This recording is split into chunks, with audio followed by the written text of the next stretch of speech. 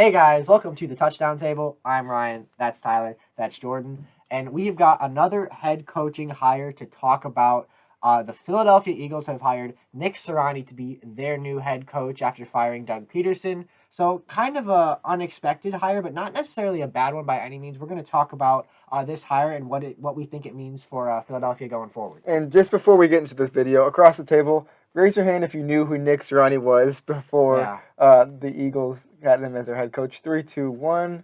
And he was No in my hands division, are up. and that's not necessarily a knock on him. It's just Yeah, you didn't know who Kevin Stefanski was. He's probably going to win Coach of the Year, or at least be close to it. Yeah, absolutely. And he was kind of a somewhat similar situation where the offense is not the best, but maybe just traits. If you bring a guy in for an interview and they really show some fire, and you think that they can do some good things for your team, then that's why you hire them. Obviously, the touchdown table was not sitting in that interview room for the Philadelphia Speak Eagles. For yourself. I was there. Really? No. Okay. Well, anyways, we're going to give our opinion on Nick Sirianni. Yeah. Well, I mean, we haven't talked about every single head coaching hire just because there's been a lot of them, and we specifically wanted to talk about this one because of the example Jordan proved to us that we didn't know much about him, and we wanted to inform you guys on what we've learned about him and how we think the fit is going to be. So first off, I'd just like to say I understand why the Eagles are making this move, even though maybe Nick Sirianni's not the most notable name out there, because he's been working under Frank Reich, and Frank Reich was with the Eagles when they won their Super Bowl. He was able to make Carson Wentz into the best Carson Wentz we have seen so far in his career. So maybe you implement that same type of offense. Some might say Sirianni. He's a Dollar Tree version of him. Yeah, some Eagles fans he's still have got to said prove that. himself. Yeah, but I get it. It's a system fit, and I think this means they are keeping Carson Wentz, and they're gonna go with him. We saw that with the hiring of Nick Sirianni, and then of course firing of Doug Peterson. Both led us to that thing, and it's just being more solidified. And it seemed like Carson Wentz going to be the starter in Week 1.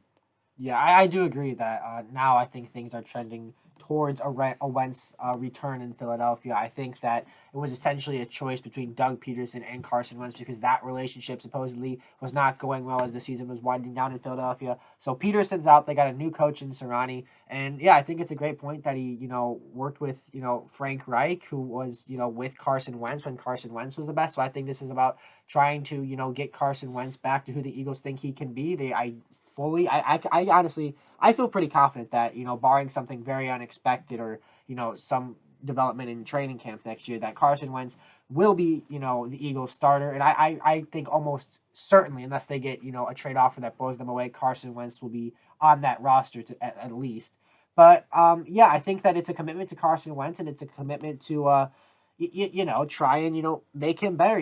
The rumor, early in this offseason was, Carson Wentz to the Colts. Well, now, instead of putting Carson Wentz to the Colts, they're bringing the Colts to Carson Wentz in a way. So we will see if that works for Wentz, but also for the rest of that team. I just think this hire is a vote of commitment to Carson Wentz. Yeah, absolutely. So now I think it's important to take a look back on technically this year's Colts. And see how their offense did and see why they might want to hire Nick Sirianni. So this Colts offense this year was number 10 in the league according to ESPN. I'll go through some players, the top players. Phillip Rivers, 4,169 yards with 24 touchdowns, 11 picks. Jonathan Taylor, the rookie, 1,169 rushing yards with 11 touchdowns. And then not a receiver over 1,000 yards. Best receiver was T.Y. Hilton with 762 yards. So really the main thing that popped out to me is that Phillip Rivers, he had a lot more yards than I thought he did. Of course, I knew how good Jonathan Taylor had done, but that was also good that they finally got him going. Of course, they have a phenomenal offensive line there in Indianapolis. But something I think is very notable to talk about is, Ryan, at the beginning of the season, you were not a huge fan of Phillip Rivers going to the Indianapolis Colts, right? You kind of thought, hey, this guy is kind of washed up. His career might just be about to end, and this could be just a down year for him. Well, I was right about the about to end part. Well, true, he is. He has retired, and thank you, Phillip Rivers, for all you did for the league. We will miss you, dadgummit. Anyways, Ryan, you had your problems with Phillip Rivers, but 4,169 yards and 24 touchdowns this year. That's not a crazy amount of touchdowns. So it's all right. It's average. That's not necessarily a bad stat line. So would you say that is credit to Nick Sirianni? I mean, it's kind of hard to say from the outside because we don't know, who does what exactly. I mean, but it's certainly not a discredit because, Phillip Rivers, I mean, I still do think there was some decline. Obviously, he was We had reaching the 11 end of the road. picks. Yeah, he did, but at the end of the day, he got that team to the playoffs, which I said he would. It wasn't really mainly him. I think it was more the defense, those linebackers, the offensive line, the run game getting strong, particularly at the end of the year with Jonathan Taylor. But yeah, Phillip Rivers, he held his own for sure and finished his career at least with a playoff appearance and a solid 11-5 season.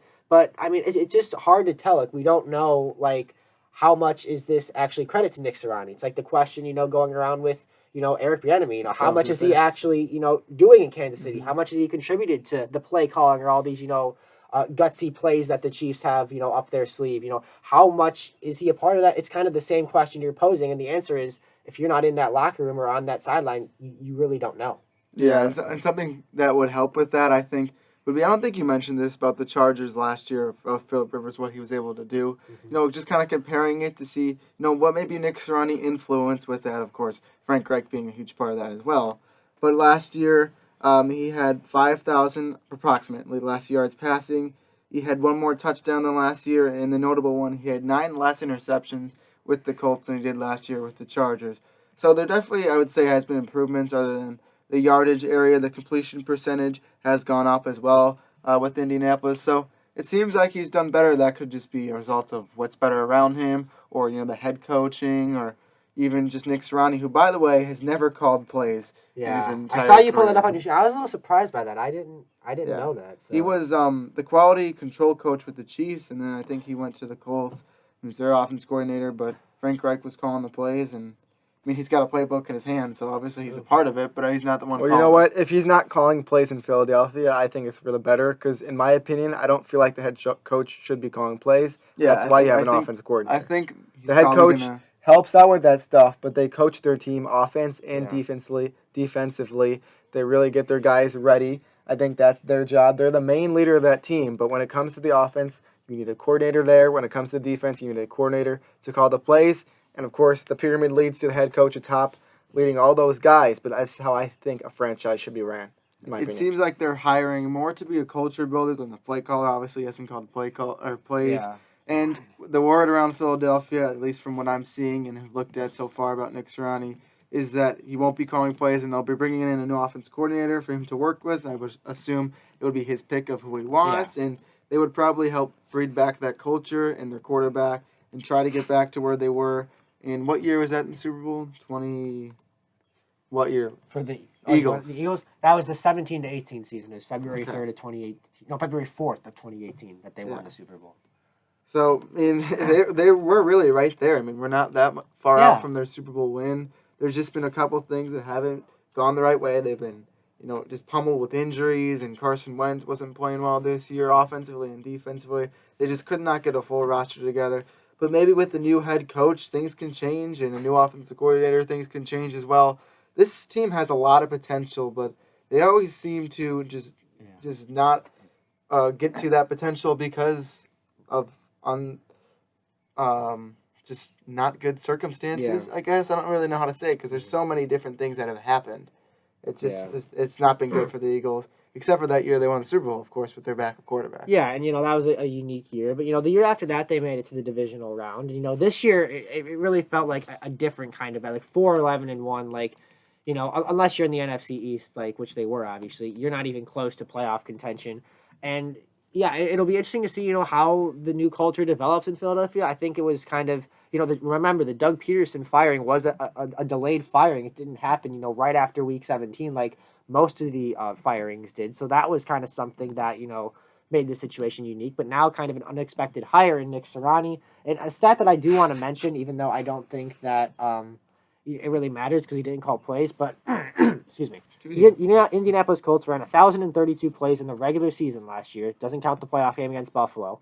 That they were 44.5% run and 55.5% pass. So really, leaning pass, but nothing. It's not like it's super lopsided, where it's really anything that makes you go whoa. So slightly leaning to the pass for the Colts play calling. But again, he didn't call plays, but he obviously spent time with the play callers. So That's the Colts, play selection stats from last year. 1,032 plays called total, 44.5 rushing, and 55.5 passing.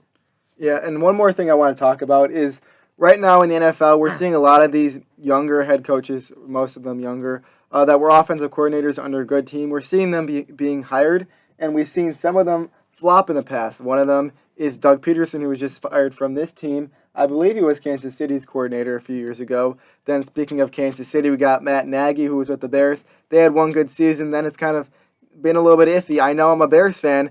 Also, Kevin Stefanski. We haven't seen what he's done completely yet. They have had their one good year. The Browns have this year. I hope that trend does not continue to go, but we'll see if that happens. And then we have Bieniemy, who's also in the same process.